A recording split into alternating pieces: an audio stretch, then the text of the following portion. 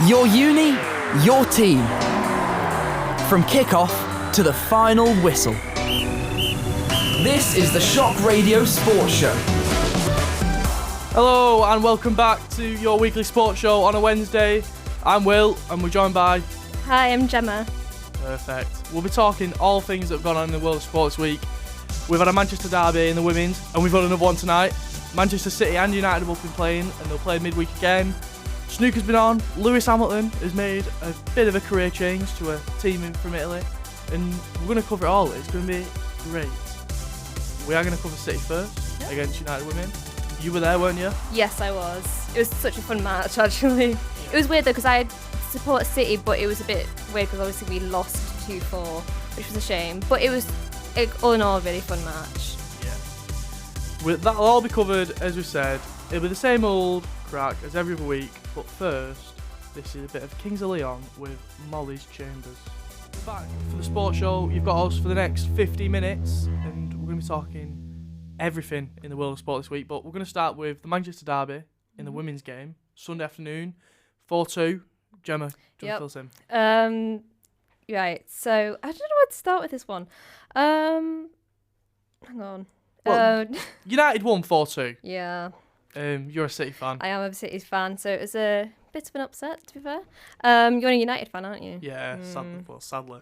Although, I went with some women who, like, they kind of admitted to me on the download, they were like, for the men I actually support United, but for women I support City, and I'd never heard of that before. I think that's more common than people think, like supporting one team for the women's and one team for the men's, because your team might be mint. Like United used to be really good in the men's, but were awful in the women's, and now it's sort of the other way around now. So I couldn't stand it for that. Right. And if you support someone like Bolton's women's team, and so even Salford, they don't get the exposure that like City and United have done on Sky playing at the Etihad this weekend. I know. So I remember I naively went into it thinking, oh yeah, I think it'd be a win for City, maybe like 3-1 or something like that. And at one point it was 3-1, just the other way around. So I remember it was about like the first minute in, and all of a sudden it was like, oh my word, are Man United going to score already? And then about 10 minutes in the first score, and then they got the first 3 scores. About 35 minutes in was when Man City like finally woke up, and it was quite promising because they all of a sudden had a lot of momentum, and they ended up scoring 2 goals. So we finished the first half with 2-3. It's an excellent first half. 5 goals. United leading by 3, 2 by Elatoon, and then 1 by Lee Galton. Yeah. And then City strike back at the end of the half. I know. What was the issue for City in that first half? I found that. So I'm trying to think. So Man United were quite fast, quite quick on their feet, and City showed a lot of promise. But I think the issue that they had was that they were just too hesitant. There was also the issue of I don't think they quite gelled well as a team, because we've had a lot of changes at the moment. There were a lot of strong players that weren't playing this week due to injuries. So Shaw and Greenwood, for example, were missing, and so I think with the lineup, they weren't quite gelling as well as they could have done, and so I don't think the communication was quite there, and they're a bit too nervous. But then they showed a lot of promise about 35 minutes in, like I said, when they actually started to I think they started to get along a lot better, and actually they did start to wake up, and I thought the momentum would carry through to the second half. But then also, if you end up that well so late into the first half, then you can lose it over the break. And then it didn't help that within the first minute of the second half, Elatoon scored again. Yeah. Should we talk about Elatoon, because obviously it was a stand-up performance by someone who's one of England's best players, in United's arguably best player. First hat-trick in the Manchester derby. Wow. What's that going to do for her confidence? I think that must be absolutely amazing for her. And it was Man United overall had such a strong match. And so I think that must do wonders for her confidence, and also help with like her working with the rest of the team and helping them to gel quite well. And she definitely did take advantage of City's defence, because I think that their defence was quite weak on Sunday. It was such a shame. I think there was far too much of passing back to Keating.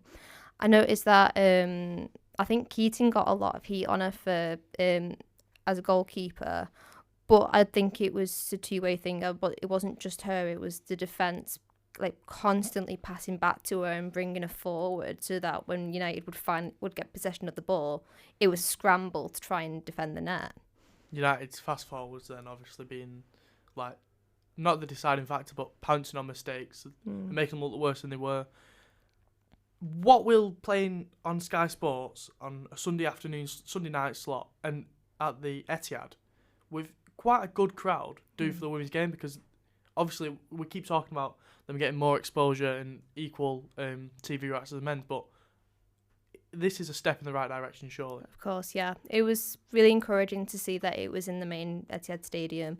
It was a bit of a shame. I thought that there weren't that many tickets sold, I don't think, in the grand scheme of things. It didn't feel very full.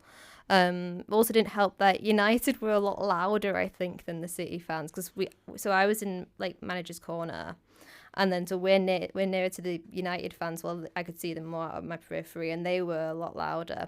But so yeah, there weren't that many people in, but it is good that it was getting that much coverage. I think it's really important that we are bringing more attention to the women's football, and that it's not just football as the default and then women's football. Yeah. And I think working towards them trying to be seen as equal and to be received that way as well, because it's not getting watched as much as the men's football, which is a real shame, because the women's football, especially the derby on Sunday, was really fun. Genuinely, it was such a great atmosphere as well. Like, everyone felt really supportive of both teams, so I thought that was a really great one to see. Yeah, they're playing again tonight, which is real like coincidence. You don't normally get two Manchester derbies in the space of a week. In the League Cup quarter-final, quarter-final. So both teams going a fair distance. Do you think this will go the same way? Because you said that this game was a shock. It was. United women's have never been as good as City, and they've leapfrogged them in the league now. City obviously not putting out the strong team, maybe with one eye on tonight's game, only 2.5 days turnover, whereas United put a strong team out in the league.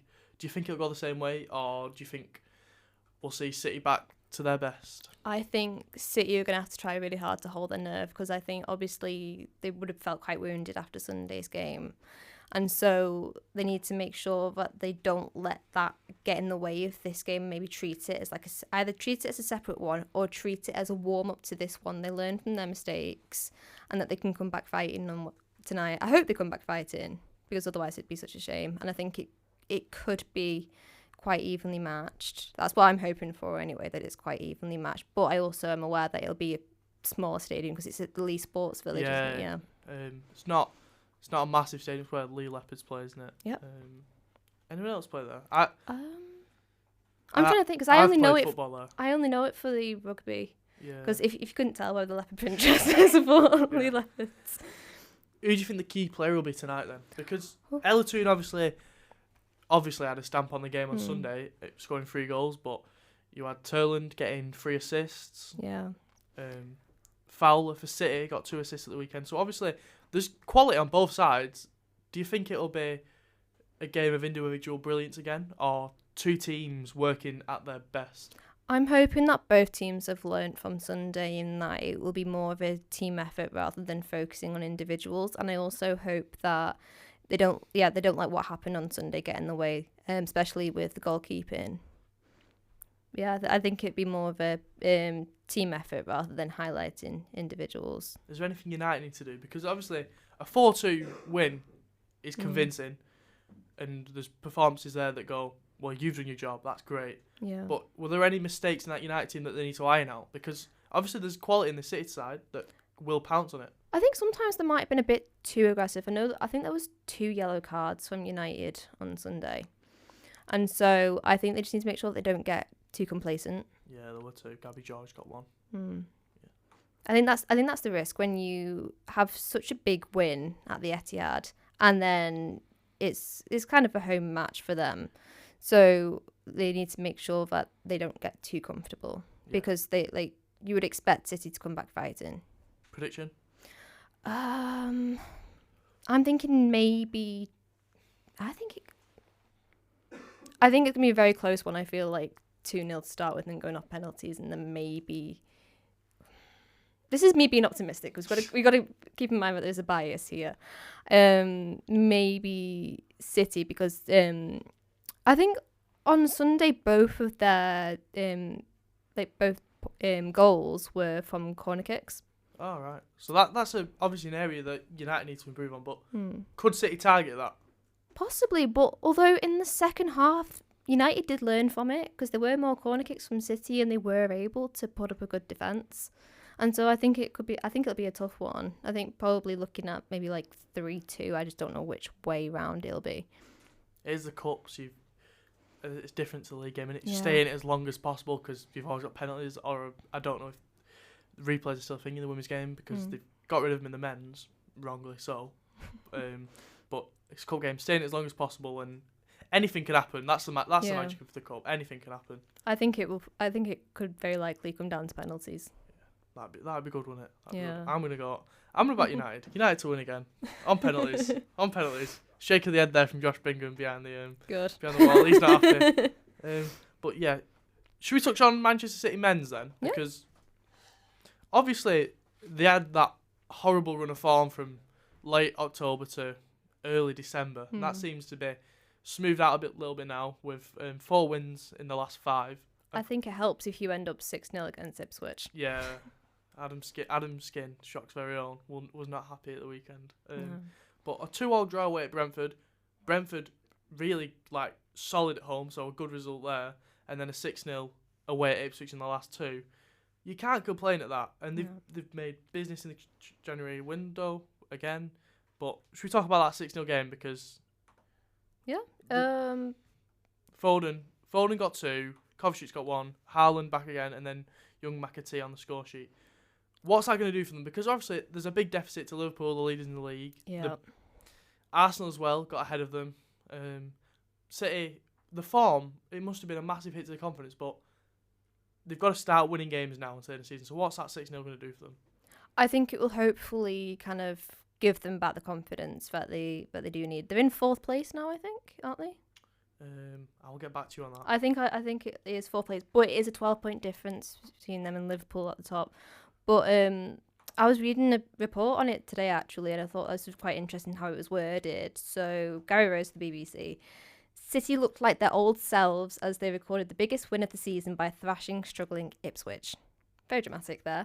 But I think he says that really well about how it's kind of like them starting to feel a bit more like themselves again, and which is exactly what you need. Yeah, we normally get to this stage of the season and we're talking about City being first and having a good points lead themselves, and if they're not first, then they're second, and it's normally to Liverpool, and they go on this big winning run, and I think that's what they need to do. They're 5th in the league at the minute. Title winners, just it gets to January, gets to February, and they just don't lose. And if they're not winning, then they draw and they're not dropping points. I think that's what they've got to do. They've no doubt they've got a good squad, but what has been the issue in your opinion as why Pep's not got a tune out of his squad in past this year really? I think it could be a lot like what we said with the women's about how City seem to be a lot more focused on strong individuals rather than a strong cohesive team. I don't follow it as well as the women, so I can't pretend that I know more about it than I do. But I do think that it seems to be more about individuals than about the team as a whole. There's also worries of the 24th place in the Champions League, aren't they? Yeah, the Champions League's changed though. Yeah. They're on tonight playing away at PSG. They were 26th. Yeah. I'm liking this new Champions League format. It's really throwing out some shocks. Like, you look at the Barcelona game last night, 3-1 down and they win 5-4. It's great, but I think City, they're not too bothered with the league form being as bad as it has been. I think the cups are like a delicacy for them. Like it's a bonus if they can win or if they can get further distance in that. But for me, I agree with you. I think there's too many, not individuals, but like Haaland is very good at what he does, but apart from what he does, he doesn't do a lot that adds to the team. And they've not got many plan Bs. Like outside of strikers, they've got Haaland. That's it. They don't have anyone who's a bit different. Like they sold Alvarez to Atletico Madrid in the summer, and I think that's really hampered how good they can be. Yeah, we could go back to the transfers as well because City, both men's and women's have had a lot of changes this January, and so that obviously will shake up the team a lot. How do you think, bear in mind the new transfers, how do you think that will help in terms of settling in with City? I don't know if they'll settle in straight away because January is always an awkward window. I think it helps. If you move in summer, it's nice and sunny, well, no matter where you are, so you feel comfortable. Moving winter, especially around here recently, harsh conditions, not great. Well, City are in better form, but still not the challenging winning form that they have been in past couple of years. I think maybe not for the next couple of months until May and the end of the season, but come next year, once they're fully bedded in, know the role in the team, I think they'll be great because they've signed I think it's Marmoush, I say his name, from Frankfurt, young striker, another plan B. They've signed another centre half, and they're signing good young talent. They're doing a bit of what Chelsea was doing, signing all like the best young players, so then they don't have to spend stupid money when they missed out on them and they're brilliant players. But they are 24th in the Champions League table. They've played 8, 1-2, drawn 2, lost 2. It's not great form, but like you're playing 8 of the best teams in Europe now. It's not as simple as it was before. No. Like Liverpool lead the table, but you look at Juventus 14th, Real Madrid, kings of the Champions League 22nd. So is City's form in the Champions League just a product of the new Champions League format, or do you reckon it's just their bad form as well? It could just be a product of the new format. I think so. Yeah. You're playing so many good teams now. Instead of just playing 3 teams, you're playing an extra 2. And at the same time, I think everyone in England's levels got better. Everyone in Europe's levels got better. Everyone knows what they're doing. Football's evolving to be not just tactical, but more physical, would you say? More athletic? Yeah. I see what you mean about everyone being better, and it feels a bit more like a even footing. So I watched a lot of football matches over like autumn and winter whilst like working in a sports club, and the comments that I would hear constantly was just everyone's losing to each other. Yeah, it's really competitive, and it's not been like this for a good while. Like Forest 3rd, and that Forest team is really good. Chris Wood, somehow the bloke's 30 on and he's just bagging goals. But then you look at like Newcastle and Alexander Isak, great. I think it's really good for football. The level of competitiveness, it's got to be. But we're going to come back and talk about Manchester United. But first, a little bit of the Smiths. They call me by the Smiths. I'll play that for my friend Sam. He loves the Smiths. I don't know if he's listening now, but I'll get him to watch it back on YouTube and he'll love that. But what he won't love is Manchester United because he's not a United fan. No. I am a United fan, and I myself did not love what happened at the weekend. It was terrible. What was the score again? 3-1 loss To Brighton. Yeah, and don't get me wrong, we were not good, but Brighton just seemingly were there for the taking, and we didn't. Brighton's goals, the first one, nice little dink ball over the top of Masro in Delit, and they peppered that first 20 minutes, and it worked. Last goal as well, Onana comes and claims it and just spills it, and they tap it in, and even for the second goal, Onana, he just stuck to his line, and I'm not one to blame the goalkeepers because it's the hardest position in sport to play. But he could have done better for 2 of them. And say even one of them don't go in, 2-1's a more attractive scoreline. 2-1 you can also get back into, like mentally, it's not as hard to overcome. United they just weren't at the races, and we've said that far too many times. And there's only so many times you can chop and change manager. So would you blame it on United's defence, or would you say it was to do with Brighton's strength as a team? Brighton are obviously a strong team. I just watched that game and went, they were there for the taking. They didn't do much. They scored 3 goals, and I'm saying that's not much. That is much. Yeah. But apart from that, they didn't offer a lot. I don't think the referee had a great game. The penalty was obviously a penalty, but I think it's probably a red card. But you can't, when you win, you're in a bad position when you're relying on penalties. United, I'm saying Brighton didn't offer much. United didn't either. We didn't test Brighton at all. No. Issues, whose fault is it? It's the players' fault, because some of them are turning up and some of them are just not. And there's only so much that Amorim can do. He's been here since November. It's 3 months, and we're expecting miracles. He's not Jesus. He's not going to be able to turn this awful team into title challengers overnight. It's going to take a couple of years, but we've heard that story far too often, in my opinion.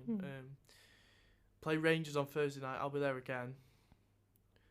Rangers will be a tough test because bigger away allocation in Europe. They'll get 8,000, and they will bring they'll bring in about 20,000 fans to Manchester. Oh wow! Yeah, so Manchester on Thursday will be packed. The atmosphere will be great.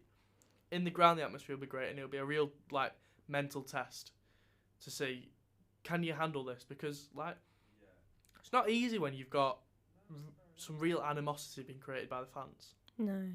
And especially your own. Sometimes our fans have booed, and I'm not a fan of that, but at the same time, Joshua Zirkzee was ridiculed the other week, and that's not fair.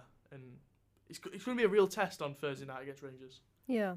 I think sometimes fans have to consider that, just because, their team is losing or specific individuals are losing, that does not mean that they are entitled to taking it out on specific people. Yeah, there's a fine line between how much emotion you should show and how much is exhausting to who you're supporting, because at the end of the day you are supporting a team, you support every single member of that team, of course, no matter what's going on. I think that's why I appreciated with the women's match, the fans were just it's a lot more friendly. They were completely supportive. It was so much less dramatic, and the fans were so supportive, because I was sat with City fans obviously, and even when United was scoring, we were still kind of cheering on for that, just because it was that was a great goal. It's not as tribalistic, is it? No. And I think that's a good thing at the end of the day. Yeah. Especially for the women's sport's just starting up. If you were gonna start it'd be as hate fueled as the men's game can be. It wouldn't take off, because the women's game, what it is brilliant at appealing to is young girls playing football. Yeah. And the amount of women's teams that have started is brilliant to see. Whereas in the boys, there are obviously boys football, but it's a lot more even at Sunday League level. Some blokes just go down there to kick the living daylights out of each other, which is quite funny. But it's spurred on by the parents as well. I'd say. Yeah. Some parents playing Sunday League, and I'm sure it's for every sport. But yeah, what do you think United have to do? Because they're sat 12th in the league table, 13th in the league table, 22 played, 26 points. So it's not. This is awful for a United team. This is awful. What have they got to do? Nice run of fixtures coming up. Rangers, Fulham, another game in Europe, then Palace, then Leicester in the FA Cup. A nice run. First of all, how many do you see them winning in them 5? Oh. They're all winnable games in my opinion. Do I think we'll win them all? I don't. Maybe 2? I don't know. Maybe that's me being too harsh. I don't know. Yeah, we've got the free cup games as well, which is I think a good thing. Yeah. 2 in the league. You never know, because if they win one of the earlier ones, that could then spur them on, and they could If could have a on winning Thursday, streak. If they win on Thursday night, Yeah. and they win on Sunday, I think that's great form going into the rest of the season. What have they got to do to pick that form up? I think they probably just need to learn from, obviously, with Brighton and Hove, the defence was kind of shambolic, and so I think next step would be trying to build up that defence again, making sure that there's no margin for errors that big. Yeah, I agree. I think there's a few individual errors going on, and I think getting used to a new system, we've not touched on that. United have gone from a 4-man defence to a 3-man defence. Positionally, you're covering larger gaps. Yeah. But then you drop back into a 5, so then you cover less gaps. So it doesn't sound like a big difference, but it is.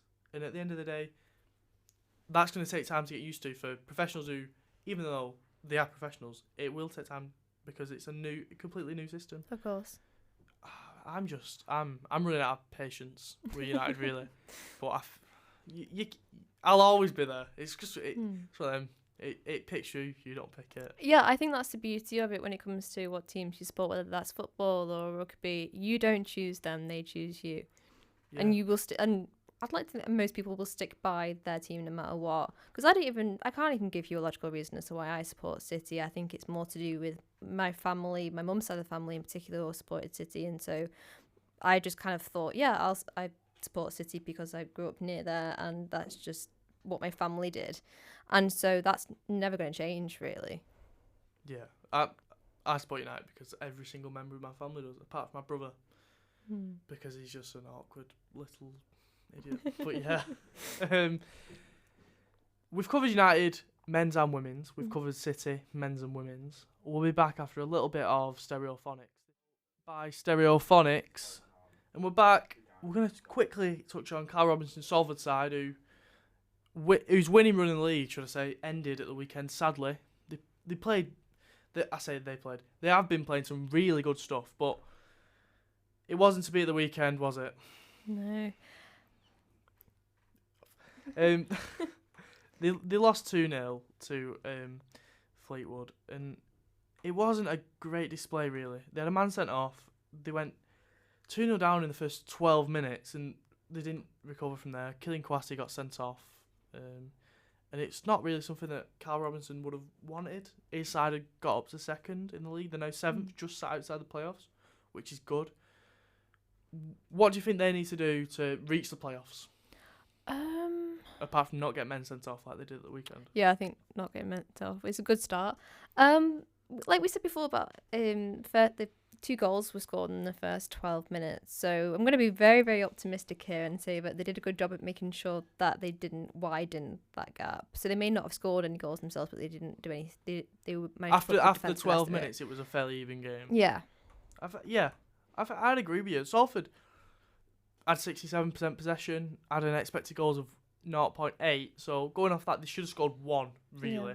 They had 11 shots, 1 big chance. So the stats were pointing to Salford should have scored. They had the chances to, just didn't take them.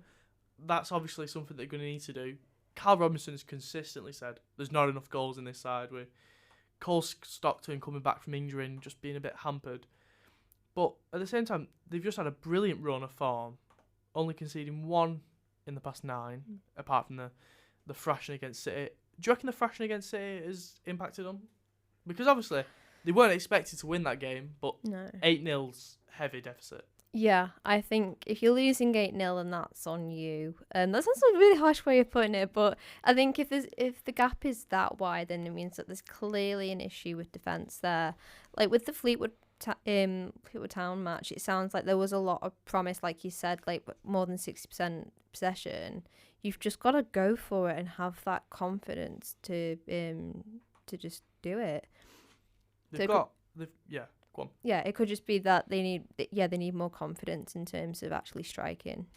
They've got a nice run of fixtures now. They've got Cheltenham, they've got Newport, both teams who aren't in amazing form. Newport's at 20th, Cheltenham's at 15th, and then they've got league leaders Walsall at the beginning of February. 3 games that could probably decide their season. If they win all 3, then I think they're firmly in the hunting pack for playoffs, if not automatics. But the game against Walsall, 16 points between the 2 teams. It's going to be a real tight game. But first, they've got Cheltenham this Saturday away. What do you expect from that game? I think considering the last 2 matches, I don't think the hopes are looking particularly high for them, but I think you just have to, especially when it was a loss that big against City, you just kind of have to write it off and just focus on moving forward. So if they're able to just put that behind them, then they could probably do a good job. I'm not holding out a lot of hope in terms of them actually winning, but I think they could put up a good fight. Yeah, I agree. They've got some talented players and some really good young players like Kelly Namai. Kelly Namai, he's brilliant. Plays in that left wing back role. He's just electric, and he's got that winger trait of if he doesn't beat you once, he's just gonna keep going and break you down. And that's great. They played in the FA Cup against Shrewsbury, and he was excellent in that. Just constantly getting in behind their fullback, cutting the ball across the box, and that's where all the chances were coming from. I think Cole Stockton's 7 goals this season, just got to build on that really. But they've got a nice base of a team that if they do get promoted this year, and they add to it in the summer, they'll be a real threat in League One. Yeah. And I think it's great. Salford, I love going watching Salford. The stadium, not the best, but the stuff they have for fans is good. I love Carl Robinson. I think he's a great manager. Speaks well. I'm not a Salford fan. I've got faith in him and faith in his plan. And he's embedding youth players into the team. A 15-year-old played in the FA Cup, and it's the youngest player to ever play in the FA Cup professionally. And do things like that. I think it's really great, and that's what football's all about. But should we move from football to rugby? Yep. So Six Nations starts at the end of this month. Yeah. We've got France versus Wales on Friday, Scotland, Italy on Saturday, and then Ireland and England on Saturday as well. Yes. I think I might be going to the pub to watch the England versus Ireland because I have a couple of friends who want to drag us along to watch it. I like this time of year. Yeah, but they support Ireland. Oh. We're going there to support Oh. I like this time of year. Like, Six Nations from the end of January to, like, Paddy's Day. Yeah. I think it's, like, a really nice time. A lot of sport going on. A lot of sport starts again. And then you've got the Six Nations, which is it's some of the best rugby around. And it is one of the best pub like sports. If Absolutely, that makes sense. yeah. It's one where you sat in the pub watching it. It's always on a rugby of some kind. So you're going supporting Ireland, should I say? Yeah, because I'm not that big on rugby union. I'll watch Six Nations like a little bit, but I'm not that enthusiastic about it. And so my friends, when they like to complain about the English, I just kind of accept that and just like go along with that. And so I find it funny because also Ireland are quite strong in the Six Nations. I think it's one of the most competitive like competitions in any sport. Yeah. Obviously, Wales, Scotland, England, and Ireland are the better teams, but Italy and France are still really consistent. I didn't realise how big the sport actually was in Italy. I thought football and motor racing battered it, but it does well. Again, in France, it's a good sport, but France, Wales, Scotland, Italy, and Ireland, England. Go on, give us your 3 predictions for those games. I'm trying to think. This is just completely out on a whim here. I think Ireland, and then Ireland will win against England. I don't know how big of a margin that will be. What's the next one again? Scotland, Italy. Italy. Go on, I'll say Italy. And then Ireland, England. We've already said Ireland, England. Oh, France, Wales. Wales. Yeah. I like Wales. Wales are good. We have just been told by producer Josh, sat behind the glass, that Super League starts again in 4 weeks. I could have told you that. Oh, sorry. Well, he just got it up on his phone, and I've asked him to send it to me. Of what is going on in 4 weeks. Go on. Do you want to fill us in then? Okay. I probably can't tell you as much as Josh, but yeah, we got the yes, our Lee Leopards fan. Sorry. Yes, we got the Super League coming up, and then later on in the season we'll have the Challenge Cup. I'm trying to think what team. So Wigan are usually quite strong. I think last year they won the Challenge Cup and the league. Yeah, I watched the Challenge Cup final. It was against Hull, and Hull made it for the first time in their history. Is that right? Was it KR or FC? I think it was KR. No, because they were in the Challenge Cup against Lee in the final in 2023, and Lee won on golden point. Because Lee hadn't been in the final. I don't think Lee had been in the final for about 50 years, and then they won it in 2023, the Challenge Cup. They didn't win the league, but they won the cup. Yeah. In 4 weeks, we've got. I've just been told by producer Josh. We've got Salford Red Devils, our very own Red Devils, versus St Helens, Josh's team. Big fist pump there from behind the glass. He's loving it. I actually do like the rugby league. I've just commentated on some for the uni game. Salford actually lost to Man Met today, which was a shame, but it was a good competitive game. Is that this week's the first fixtures, isn't it? Yeah. First for uni. Yeah. What do you think? What do you expect from the rugby league season? Because you're a Lee Leopards fan. What do you expect for Lee Leopards? I'm hoping that it's going to be more promising than it was last season. So last season, I think we started off a bit on the back foot because we were having a lot of our strongest players with injuries. But I do think we picked it back up again, and I think we placed 5th in the league. Salford Red Devils placed 4th, and so I'm hoping that they're able to kind of like build on that. Yeah, build on that. I think it's going to be a very long time before we ever get to like Challenge Cup final status again. But I do think that they can do better than 5th this season. And it would be nice if they got there to the Challenge Cup. Yeah, it's always nice trip out. Yeah. Is the Challenge Cup at Wembley? Yes, I got really annoyed because with the Challenge Cup final, my family went down to go and see it. I did not get to go down to see it because I was on holiday at the time in Scotland. So I was coming back down from Scotland, and then as I crossed the border, Lee win on the Golden Point. That's good though. I was tracking it on my phone because I never used to be that bothered about the rugby, and then about 2023 because like for years Lee had been quite rubbish, and they were branded as the Centurions to start with. But then they had a rebrand. I think end of 2022. They changed owner, didn't? Is he called Frank, the new owner? I can't remember. I'm sure that you changed owner is a bit mental. Yeah, he's got a leopard print Lamborghini. Yes. Yeah. Yes. Has he got 2 dogs with leopard print? Like he's shaved leopard print onto the dogs. Oh my word, that'd be absolutely insane if that's true. I know, but it's great that though, isn't it? You've got to love the commitment. Commitment to it. Because I've got family who still live in Lee, and I've been sent pictures of like the Lamborghini out like in sight, and I'm like, oh my word, I can't. I didn't believe that was an actual thing that he'd actually done that, because I think that's just also a leopard print Lamborghini in Lee. And I know Lee of all places. It's not great, is it? But no. That's it this week. We've covered pretty much everything. We've done the Manchester Derby on again tonight. So if you can get down to League and watch that, that'll be a really good contest in the League Cup. Yeah. We've covered men's football, bit of the rugby. That's it, really. So what matches have we got on tonight? Because there's a lot on tonight. Yeah, isn't there? City away at PSG. Yeah. That's the big one for around here. United are on tomorrow, and then it's back again. Fixtures at the weekend. Yep. But cool. It'll all be on. It'll all be going on. Uni fixtures as well start again properly next week. We've had rugby league on today. Basketball's on. Firsts are away at Chester, varsity rivals, which is good. Seconds got called off, which is a real shame. But the firsts are really good. They should batter Chester, and hopefully that'll be a telltale sign come March 26th when we have varsity.